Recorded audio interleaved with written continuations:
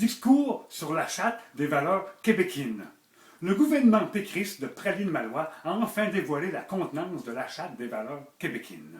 Saint-Bernard-Grainville, sinistre irresponsable des institutions mémocratiques et de la partition mitoyenne, a présenté son projet de charte. Les prépositions divisent notamment à encarder le transport des consignes religieuses ostentateurs pour l'impersonnel du TETA. On sait qu'avant même qu'il soit rendu public, la charte avait ressuscité de nombreux ébats.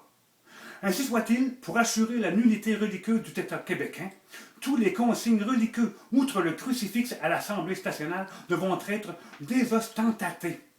Le crucifix ne peut pas être décrucifixé, car il a été clouté plusieurs fois avec des pieux galvanisés.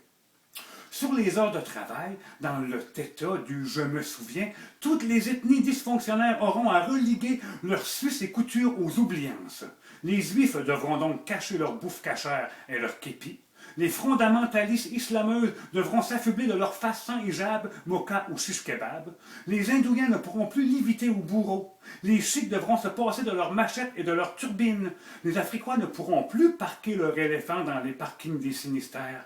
Les Frisés devront raidir leurs cheveux. Les François devront apprendre à jargonner joual. Les Québécois devront cacher leur Molson dans une sac.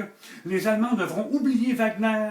Les Albertois ne pourront plus porter le pétrole. Les obèses devront suivre des régiments. Les Angleterriens devront régner leur reine. Les homosexuels devront guérir. Les Russes devront se sustenter de Poutine. Les Chiniens et les Japonais devront casser leurs baguettes. Les Martiens devront couper leurs antennes. Alouettes, amen, etc. Ceux qui sont pour la charte ont des arguments plutôt juteux. Ils veulent que les immigrants ou petits, qu'ils viennent de l'extérieur, de l'étranger ou d'une autre culture, se désintègrent dans la culture fléchée de la commune outrée d'Écueil et qu'ils s'attachent à la patrimoine québécoine.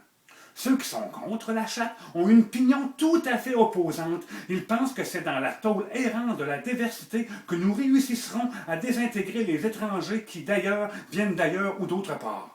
Si je peux m'oser à mettre ma graine de poivre dans les ébats sur la charte, je dirais laïquement qu'à défaut de se soumettre à l'ostentation, aussi bien proclamer ceci. Pour éviter les accoutrements déraisonnables, tout le monde tout nu hostie.